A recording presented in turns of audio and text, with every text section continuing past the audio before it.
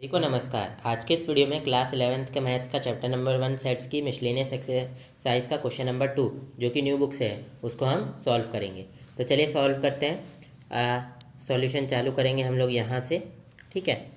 उससे पहले क्वेश्चन पढ़ेंगे। क्वेश्चन में कहा गया है in each of the following determine whether the statement is true और फॉल्स। हमको बताना है कि ये जो लिखा है ये ट्रू है कि फॉल्स है। If it is true prove it. अगर ये ट्रू है तो इसको हमको प्रूफ करना है, सिद्ध करना है। If it is false give an example. और अगर ये फॉल्स है तो इसका हमको एक एग्जाम्पल भी देना है। अब चलिए पहले पार्ट में हम लोग देख लेते हैं। पहले पार्ट में दे रखा है if X belongs to A and A belongs to B then X belongs to B. तो एक्स ए में है और ए बी में है तो एक्स भी बी में होगा, ये स्टेटमेंट कह रही है। तो ये स्टेटमेंट क्या है आपकी? ये स्टेटमेंट आपकी फॉल्स है। आप लोग कहोगे कैसे भाई, तो समझो इस चीज़ को। इसमें कहा गया है कि if it is false give an example. अगर फॉल्स है तो एग्जाम्पल देना है और आपको एग्जाम्पल से क्लियर हो जाएगा कि ये फॉल्स क्यों है। तो हम लेट कर लो, ये एक्स तो कुछ भी हो सकता है, एक्स को लेट कर लो 1। तो अब देखो ये ए सेट के अंदर है तो ए सेट ऐसा कोई सेट लो जिसमें 1 हो। मान लो मैंने ये ले लिया, कुछ भी ले सकते हैं। अब ए बिलोंग्स टू बी है यानी कि ए पूरा का पूरा सेट बी के अंदर है, यानी कि ये बी के अंदर, बी सेट के अंदर ये पूरा ए सेट आ जाएगा, ठीक है। और बी सेट के अंदर दूसरे भी कोई एलिमेंट ले लो, मान लो 2 ले लिया, मान लो 3 ले लिया, कुछ भी ले लो। तो अब आप देख सकते हो कि जो एक्स था वो 1 था। तो आप देखो कि ये जो क्वेश्चन में कंडीशन दी गई थी ये सेटिस्फाई हो रही है कि एक्स ए में है, एक्स ए में है। आप देख सकते हो 1 ए के अंदर है, लेकिन और ए जो था वो बी में भी था, ए बिलोंग्स टू बी था ना, यानी कि ए पूरा सेट बी के अंदर है। तो आप ये देख सकते हो ये रहा ए पूरा सेट बी के अंदर। लेकिन फिर भी एक्स बिलोंग्स टू बी यहाँ लिखा हुआ है कि एक्स बी में होगा, लेकिन यहाँ पर एक्स बी में नहीं है। एक्स 1 था और 1 बी में नहीं है, तो इसलिए ये सिचुएशन फॉल्स है। अब कुछ लोग बोलेंगे भाई आपने बी सेट को अज्यूम किया था, एक तो हमने ये कंडीशन पूरा करने के लिए ए सेट को बी सेट के अंदर ले लिया। और कुछ लोग कहेंगे कि भाई आपने बी सेट में जो एक्स्ट्रा एलिमेंट लिखे हैं उनकी जगह अगर आप लिख देते 1, अगर उन एक्स्ट्रा एलिमेंट जो 2,3 लिखे हैं उस 2 की जगह अगर मैं लिख देता 1 तो भाई ये चीज़ सही हो जाती।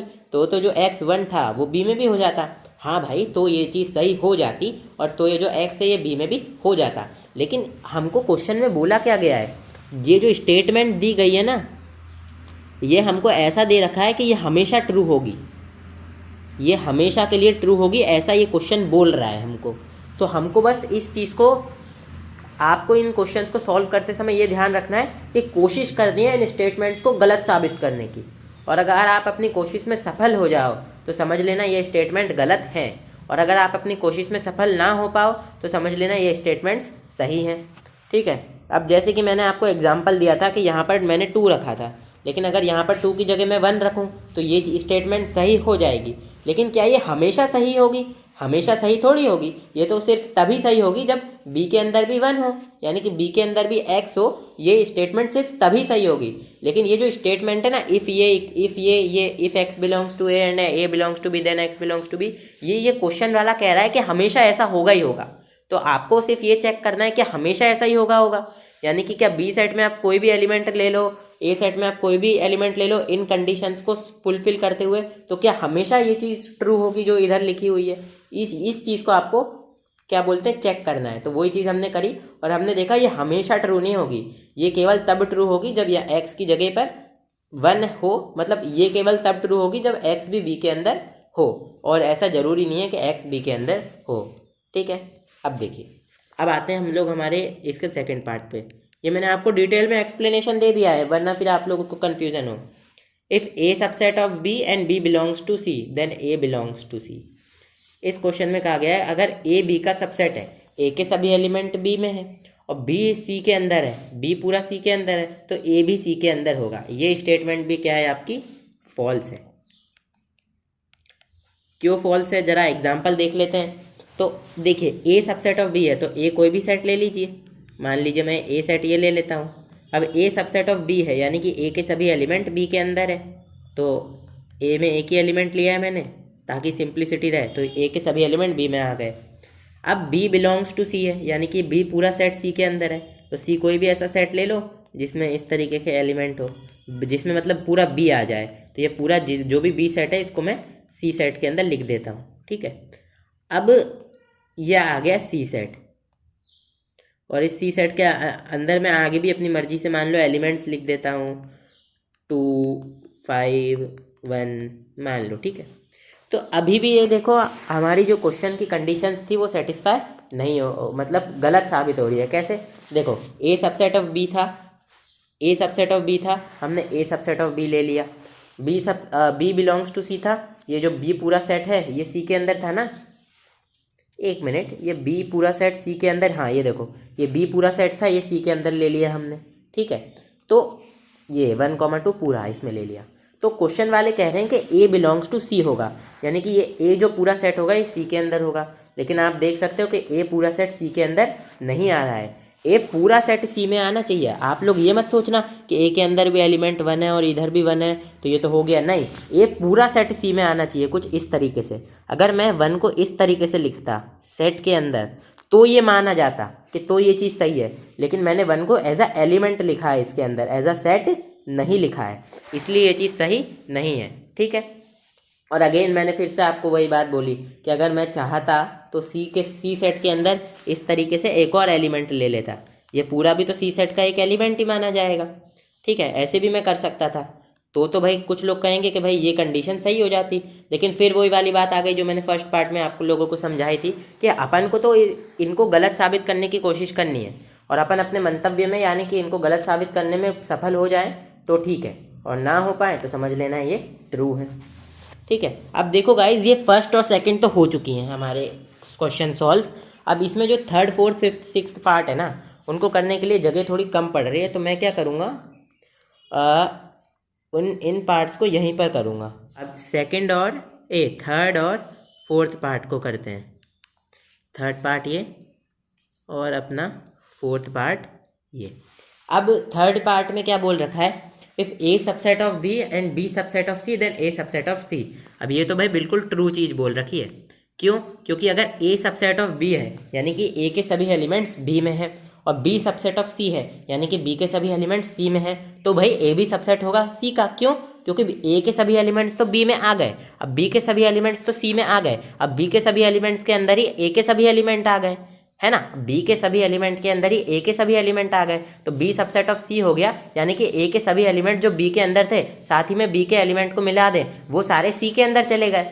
आई होप जो थोड़ा तीव्र बुद्धि वाला होगा वो तो सीधे ही समझ गया होगा, और बाकी जिनको दिक्कत आ रही है उनके लिए हम अपन इस चीज़ को प्रूव कर देते हैं। अब देखिए प्रूव करने से पहले मैं आपको ये चीज़ समझाना चाहूँगा, तो इधर रफ में आके मैं आपको ये चीज़ समझा देता हूँ। तो ए सेट मान लीजिए कोई भी ले लीजिए, और B set A subset of B लीजिएगा, लेकिन यानी कि ए के सभी एलिमेंट बी में लीजिएगा, तो इस तरीके से ले लिए। बी सबसेट ऑफ सी लीजिए, सी के सभी एलिमेंट बी के सभी एलिमेंट सी में लीजिए। तो ये देखिए अब ये जो 1 था तो क्या ए सबसेट है सी का? बिल्कुल है। क्यों? क्योंकि देखिए ये जो 1 था ये बी के अंदर आया था और फिर बी के सभी एलिमेंट सी के अंदर गए थे, तो बी के सभी एलिमेंट जब सी के अंदर जा रहे थे तो बी के सभी एलिमेंट में ए का एलिमेंट भी आ गया, तो बी के सभी एलिमेंट जब सी में गए तो उसी के साथ साथ ए के भी सभी एलिमेंट बी में ए के भी सभी एलिमेंट सी में चले गए। क्यों? क्योंकि बी सेट के अंदर सभी एलिमेंट्स ए के उपस्थित थे। तो आई होप आप लोगों को ये चीज़ समझ आ गई होगी। और आप देख सकते हैं जो सी सेट है इसके अंदर 1 है और ए सेट के अंदर भी 1 है, तो इधर भी ए सबसेट ऑफ सी है। अब बात आती है इसको प्रूफ करने की, कि भाई प्रूफ कैसे करें। तो देखो सबसे पहले मैं इसको मिटा देता हूँ, ये क्या हो गया, हाँ वीडियो थोड़ी लंबी बन रही है लेकिन फिर भी आप लोग समझेगा क्योंकि ये क्वेश्चन इंपॉर्टेंट है। अब इसको प्रूफ कैसे करना है, बोला था ना if it is true prove it, तो प्रूव इस तरीके से करेंगे, लेट ए बिलोंग्स टू ए को आप ए के अंदर ले लो, ठीक है। तो ये ए जो है ये ए सेट के अंदर के सभी एलिमेंट्स को रिप्रेजेंट करना है। अब हमको बोला गया है कि ए सबसेट ऑफ बी है, तो ए सबसेट ऑफ बी है यानी कि ए के सभी एलिमेंट बी के अंदर है, और ये जो ए है ये ए का ही एलिमेंट है, तो इसका क्या मतलब है, ये ए है ये ए का एलिमेंट है और ए के सभी एलिमेंट बी में है, यानी कि ए के अंदर जो ये एलिमेंट है ये भी बी में होगा, ये भी बी में होगा, इम्प्लाइज। अब देखो बी सबसेट ऑफ सी दे रखा है हमको, यानी कि बी के सभी एलिमेंट सी में है, तो बी में कौन सा एक एलिमेंट है, बी में ये वाला एलिमेंट है, बिल्कुल है। अब बी के अंदर ये वाला एलिमेंट है और बी के सभी एलिमेंट सी में होंगे, यानी कि ये वाला एलिमेंट जो बी में है ये भी सी में होगा, यानी कि ए बिलोंग्स टू सी। हो गया प्रूफ। हम लोग ए को ए में लेकर चले थे और हम लोगों का ए सी में आ गया, यानी कि जो एलिमेंट ए के अंदर था वो एलिमेंट सी के अंदर आ गया, यानी कि हमारा ए सबसेट ऑफ सी हो गया। So as A belongs to A and A belongs to C, we have A subset of C। तो ये चीज़ हमारी प्रूफ भी हो गई। अब ये A क्या है, ये किस चीज़ को रिप्रेजेंट कर रहा है उसको भी हम देख लेते हैं। तो जैसे कि मैंने आपको एग्जांपल दिया था ना 3 सेट्स का, ये A1 और B के अंदर फिर 1 2 मैंने लिए थे, बी सबसेट ऑफ सी था तो इसके अंदर मैंने 1 2 3 लिए थे। तो ये जो ए है ना, आप इस तरीके से समझ सकते हैं, ये जो अंदर एक ए के अंदर के कोई भी एलिमेंट हो सकता है ए के अंदर। तो अभी एग्जांपल के लिए मैंने 1 लिया, तो ये 1 ही ए का काम कर रहा है। आप देख सकते हैं ये 1 ए, ये जो 1 था ये ए में भी था, इस बड़े वाले ए में भी था, ये 1 बड़े वाले बी में भी है, ये 1 बड़े वाले सी में भी है कि नहीं है। और इसी 1 को हम लोग स्मॉल लेटर ए से डिनोट कर रहे हैं। तो ये चीज़ें आई होप आप लोगों को समझ आ रही होंगी। ठीक है, अब हम लोग इसका करेंगे गाइस कौन सा वाला पार्ट, अब हम लोग इसका करेंगे 4th वाला part. If A not a subset of B and B not a subset of C then A not a subset of C. तो ये जो स्टेटमेंट दे रखी है आपकी, ये आपकी फॉल्स दे रखी है। क्यों फॉल्स दी है इसको भी समझ लेते हैं। हमको बोला है A not a subset of B, अगर ए बी का सबसेट नहीं है, यानी कि ए के सभी एलिमेंट बी के अंदर नहीं है। B not a subset of C, यानी कि बी के सभी एलिमेंट भी सी के अंदर नहीं है, तो ए नॉट अ सबसेट ऑफ सी होगा, यानी कि तो गई ये गारंटी है, ऐसा ये लोग बोल देते हैं कि ये गारंटी है कि ए के सभी एलिमेंट भी सी के अंदर नहीं होंगे। तो यही चीज़ गलत है, उसको भी हम लोग देख लेते हैं कैसे। अब देखो A not a subset of B दे रखा है, तो कोई भी एक सेट लो ए, इस तरीके से लेना कि वो सबसेट ना हो बी का, तो मैं ये ले लेता हूँ, यानी कि ए के सभी एलिमेंट बी में नहीं होने चाहिए। ए के कुछ एलिमेंट बी में हो सकते हैं लेकिन सभी नहीं होनी चाहिए। अब ये 2 कंडीशन फुलफिल हो गई है मेरी, नहीं हुई अभी एक तीसरी कंडीशन फुलफिल होना बाकी है। ये क्या है कि B not a subset of C, B C का सबसेट नहीं होना चाहिए, यानी कि बी के सभी एलिमेंट सी में प्रेजेंट नहीं होने चाहिए। तो बी के कुछ एलिमेंट तो सी में प्रेजेंट हो सकते हैं, 1,5, ठीक है, और बी के सारे एलिमेंट सी में नहीं होना चाहिए, तो कुछ एलिमेंट तो हो सकते हैं, सारे नहीं होना चाहिए। तो मान लीजिए इसमें और कोई भी एलिमेंट अपने मन से ले सकते हैं 7 के अलावा, तो 2 ले लिया, मान लीजिए मैंने 8 ले लिया, ठीक है। अब इधर देखिए आप, ये क्वेश्चन की जितनी भी कंडीशन थी ना, A not a subset of B भी फॉलो हो रही है, ए बी का सबसेट नहीं है, B not a subset of C भी फॉलो हो रही है, बी के सभी एलिमेंट भी सी में नहीं है, लेकिन ए नॉट अ सबसेट ऑफ सी वाली कंडीशन फॉलो नहीं हो रही, क्योंकि आप देख सकते हैं इधर ए सबसेट ऑफ सी आ चुका है। ए के अंदर था 1 2 और सी के अंदर भी है 1 2। मैंने जानबूझ के सी के अंदर जो एक्स्ट्रा एलिमेंट लिखे ना, वो इसलिए लिखे ताकि मैं इस कंडीशन को गलत साबित कर सकूं, ठीक है। तो आपको ये कोशिश करनी है कि आप इस कंडीशन, ये जो कंडीशंस हैं उनको जितना हो सके उतना गलत साबित करने की कोशिश करें। और अगर आप पूरा दिमाग लगाइए अपना कि किस तरीके से ये गलत साबित हो सकती है, और आप इसको अगर गलत साबित करने में सफल हो जाएं, तो समझ लीजिएगा कि ये जो स्टेटमेंट दी गई थी वो तो क्वेश्चन के हिसाब से आप देख लीजिएगा कि क्वेश्चन में क्या बोला गया है, कि ट्रू है कि फॉल्स है कि क्या, और फिर उस हिसाब से इन स्टेटमेंट्स को आप ट्रू फॉल्स मार्क कीजिएगा। अब देखिए 5th वाला पार्ट देखते हैं। If x belongs to a and a not a subset of b then x belongs to b। तो ये स्टेटमेंट भी आपकी फॉल्स है। क्यों फॉल्स है भाई, जरा देखें। इसमें बोला है कि x बिलोंग्स टू a, यानी कि x a में होना चाहिए, और x a not a subset होना चाहिए b का, यानी कि a के सभी एलिमेंट b में नहीं होने चाहिए। देन x बिलोंग करेगा b से, तो फिर क्या होगा, x b में होगा। तो ये गलत इसलिए है, इसको एग्जाम्पल से समझिए। लेट x इक्वल टू 1 ले लीजिए, x की वैल्यू 1 ले लीजिए। तो x बिलोंग्स टू a है, यानी कि a सेट के अंदर ये होगा, और a not a subset of b है, यानी कि जो b है उसके अंदर a के सभी एलिमेंट नहीं है। तो a के एलिमेंट नहीं है तो दूसरे कुछ भी हो सकते हैं। तो आप यहाँ पर देखिए क्वेश्चन में बोला गया है कि देन x बिलोंग करेगा b को। तो आप देखिए ये x तो 1 था और हमने क्वेश्चन की सारी कंडीशंस को भी सेटिस्फाई कर दिया, लेकिन ये जो x है ये b के अंदर नहीं है। देखिए b में कहाँ 1 है, ठीक है, इसलिए ये कंडीशन क्या है, फॉल्स है। अब एक लास्ट कंडीशन है जो यही हो जाएगी बिना मिटाए, छठी। If A subset of B and X not belongs to B then X not belongs to A, ये चीज़ आपकी ट्रू है। अब इसको पहले समझ लेते हैं कैसे ट्रू है। देखिए, अगर ए सबसेट है बी का, यानी कि ए के सभी एलिमेंट बी में है, और X not belongs to B, और यानी कि एक्स बी में नहीं है, तो एक्स ए में भी नहीं होगा। क्यों? क्योंकि ए के सभी एलिमेंट बी में है, यानी कि बी के अंदर ए के भी सभी एलिमेंट आ जाएंगे, और एक्स बी में ही नहीं है, यानी कि एक्स ए में भी नहीं होगा। क्यों? क्योंकि बी के सभी एलिमेंट तो पहले से ही ए में थे, और अगर एक्स बी में नहीं है, ए के सभी एलिमेंट तो पहले से बी में थे, तो अगर x b में नहीं है यानी कि x a में भी नहीं होगा। क्यों? क्योंकि a के सभी एलिमेंट पहले से b में थे, यानी कि b के जो जितने भी एलिमेंट है ना, उनके अंदर a के एलिमेंट पहले से ही मौजूद हैं। और अगर x अगर b में नहीं है तो x a में कैसे हो सकता है?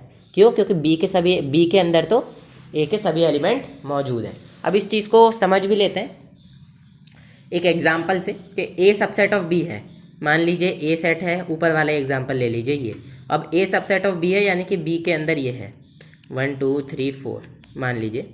अब हमको बोल रखा है x not belongs to b, x b के अंदर नहीं है, तो x की कोई भी ऐसी वैल्यू ले लीजिए जो b के अंदर नहीं है। मान लीजिए 5, आप देख सकते हैं 5 b के अंदर नहीं है, तो x a के अंदर भी नहीं होगा।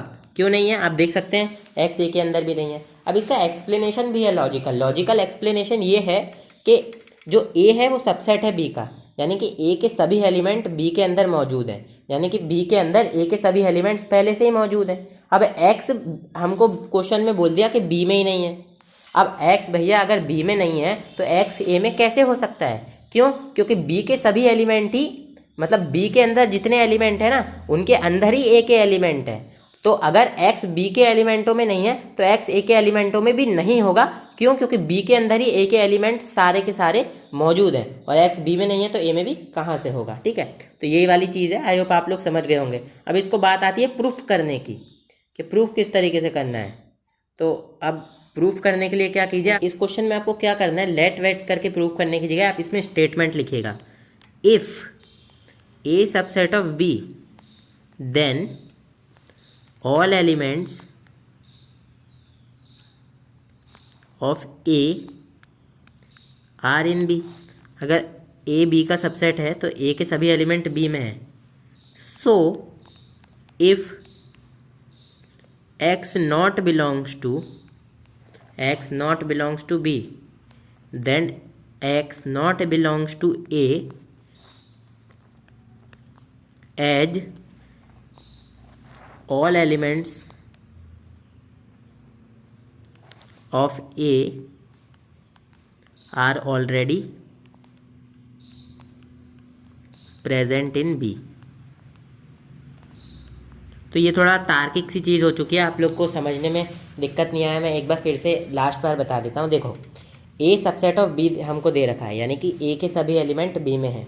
X not belongs to B है, यानी कि X जो है वो B के अंदर नहीं है।